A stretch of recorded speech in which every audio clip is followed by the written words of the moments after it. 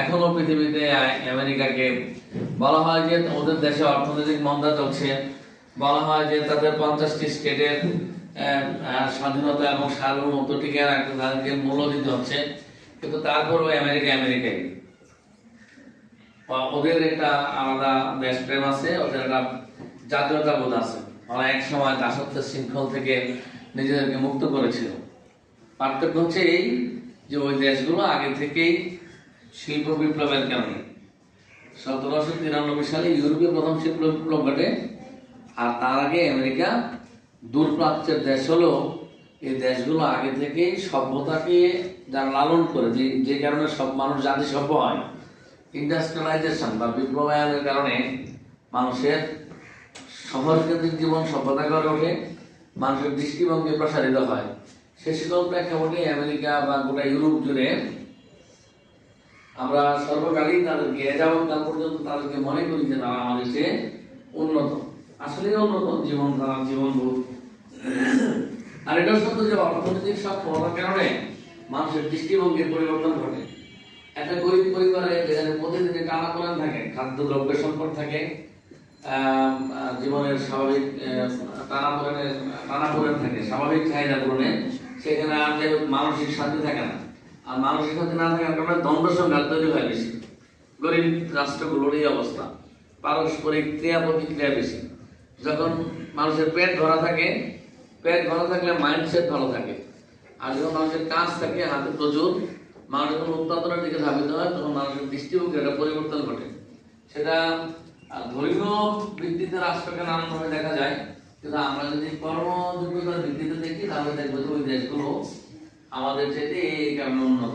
যদিও তারা আমাদের দেশের একটা কমন ফেনোমেনন হচ্ছে আমরা ধর্মীয় বিষয়কে সামনে নিয়ে আসি, এবং এটাও দরকার জীবনের জন্য। ধর্ম জীবনের একটা গুরুত্বপূর্ণ অংশ। ধর্ম একটি মানসিক প্রক্রিয়া। ধর্ম মানুষের মনকে ভালো রাখে, চিন্তার ক্ষেত্রে শক্তি যোগায়, এটা সত্য। কিন্তু একই সাথে দেখতে হবে যে জীবনযাত্রার মানের এবং সহজলভ্যতার কারণে, আর্থিক স্বাচ্ছন্দ্যের কারণে মানুষের মধ্যে এক ধরনের স্থিরতা তৈরি হয়। যেমন কম্পারেটিভলি আমরা যদি ঢাকার সাথে, রাজধানীর জীবনযাত্রার সাথে গ্রামের জীবনযাত্রার কম্পেয়ার করি, এখানে শহরে মানুষের দেখা যাবে যে ছুটে চলার প্রবণতা বেশি, কারো পেছনে কারো। ওই যে কি যেন পিএনপিসি বলে কিনা একটা শব্দ, যে বলে, তোমরা বলো না একটা জনপ্রিয় শব্দ পিএনপিসি, মানে যেন কি? পরনিন্দা পরচর্চা। হ্যাঁ, এই পিএনপিসি এটা শহর কেন্দ্রিক জীবনে এটা থাকে না, কারণ আর দৌড়ের উপরে আছে, তার সারাদিন কাজকর্ম আছে, সন্ধ্যাবেলায় নিরে ফেরা, কামাই রুজি করা। এই পিএনপিসি চর্চা যদি আমাদের বাংলাদেশের বাস্তবতায় দেখি, শহরের যেতে কোথায় বেশি?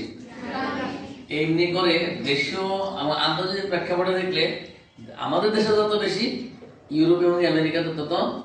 কারণ কি? কারণ হচ্ছে ছুটে চলা, মানুষের সময় নেই, দ্রুত গতিতে কাজ করে। আমাদের এখানে আজকে এখন ওই যে করাল বস্তিতে চাইনিজ স্কুলে অসংখ্য লোক আছে, বসে বসে আড্ডা দিচ্ছে, কে ভালো ছিল, কে খারাপ, খেলা দিয়ে যে ভালো না, তারেক রহমান ভালো, তারেক রহমানের ভাইটা ভালো ছিল না কি ছিল, এরকম। অথবা শেখ হাসিনা খারাপ, কত খারাপ, কাজতে বেশি খারাপ, হিটলারের চেয়ে বড় খারাপ, ইডিং নিয়ে ব্যস্ত, তার কিন্তু নিজের কাজ নাই, চাটা খাচ্ছে, সারাদিন পার করে দিচ্ছে। এই যে বাস্তবতা, এই কারণে মানুষ আগে থেকে যেসব জাতি সভ্য, তাদের কাজের পরিমাণ বেশি। তো আমাদের আজকের এই বুদ্ধিজীবী দিবসে আমি কেন এই প্রসঙ্গটা নিয়ে আসলাম? এটা নিয়ে আসলাম এই কারণে, জাপানিজদেরকে সরকার খুশি হয়ে 2 দিন ছুটি দিয়েছিল। কয়দিন? ওরা আন্দোলন করে ছুটি বন্ধ করে দিয়েছিল। না, আমার একদিনে চলবে, একদিনও নিতে চাই না ভাই, আমার হাতে অবসর থাকলে ভালো লাগে না, কাজ করতে হবে। আর আমাদের যদি সপ্তাহে 7 দিন ছুটি দেওয়া হয়, তারপরে তো যদি বলে যে না 6 দিন ছুটি দিল, আর দিন বললো যে একদিন এসে বেতনটা নিয়ে যাবা, বলবে যে এটা বাসায় পাঠিয়ে দিতে হয় না। তারপরে মিয়ানমারে, এই বেশি করে না, মিয়ানমারে, তারপরে আমাদের বাড়ির পাশে শ্রীলঙ্কায়, আমাদের বাড়ির পাশের দেশটা এগুলো শ্রীলঙ্কা। এই দেশে একবার ভয়াবহ হলো, কি বলে এটাকে, মানে ন্যাচারাল ক্যালামিটি যেটাকে বলে, প্রাকৃতিক দুর্যোগ হলো। হেলিকপ্টার থেকে উপর থেকে খাবার পাঠাচ্ছে, লোকজন এগুলোর দিকে প্রক্ষেপণায়, সে তার ঘর বাড়ি কিভাবে মেরামত করবে আর তার জমিতে কিভাবে শস্য উৎপাদন করবে সেই চিন্তায় ব্যস্ত। আর আমাদের দেশে এরকম ক্যালামিটি আসলে, প্রাকৃতিক দুর্যোগ আসলে সবচেয়ে বেশি যারা ক্ষতিগ্রস্ত তাদের চাইতে বেশি পাগল হয়ে যায় আমাদের মতো ছোটের বোটের ভদ্রলোকেরা। কত তাড়াতাড়ি ওরা আমরা গলাতে গ্রহণ করবো, আমরা কত তাড়াতাড়ি নিজেরা নিতে পারবো, কত বেশি রাখতে পারবো। কারণ প্রাণের জিনিস সবসময় কি থাকে, কেমন থাকে জানো? যা প্রাণ যখন পাঠায় কেউ বাইরের দেশ থেকে, যখন প্রাণ আসে উপকূলীয় অঞ্চলে দুর্যোগের কারণে, তখন এগুলো ভালো জিনিসপত্রই তো পাঠায়। কেউ যদি কোনো দেশকে, আমরা যদি কাউকে ত্রাণ দেই, সাহায্য করি, আমরা আমাদের সবচেয়ে সামর্থ্যটা ভালোটা দিয়ে তো করতে চেষ্টা করি। আমার কোনো প্রিয় বন্ধু বা বান্ধবীর যদি কোনো কারণে ক্ষতিগ্রস্ত হয়ে যায়, তাদের পোশাক দিয়ে টাকা পয়সা দেই, আমরা তখন কি করি? সবচেয়ে খারাপটা দিনই ভালোটা দেওয়ার চেষ্টা করি। আন্তর্জাতিক ইন্টারন্যাশনাল রিলেশনশিপে যখন আমরা কোনো কিছু বাইরে থেকে আনি, আমাদেরকে কেউ দেয় ভালোটাই দেয়। আমরাও অনেকখানে ত্রাণ পাঠাই, এই দরিদ্র দেশ হলো, উন্নয়নশীল দেশ হলো, আমাদের দেশের পক্ষ থেকে আমরা কোথাও কোথাও কি পাঠাই? আমরাও কি করি? সবচেয়ে খারাপটা পাঠাই না ভালোটা পাঠাই? আচ্ছা, মনোযোগ দিলে কথা শুনতে হবে, মনোযোগ দিন। আমি তো প্রথাগত কথা বলছি না। জানেন কি দেখা গেল?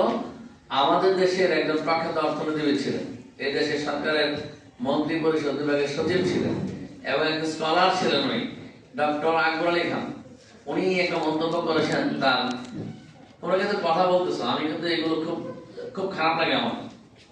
তো বরদাস্ত করার মতো বিষয় নয় যে কথা বলতেছি আমি, তোমরা কথা বলতেছো, নতুন নতুন নতুন নতুন অভ্যাস নিয়ে আসতেছো নাকি?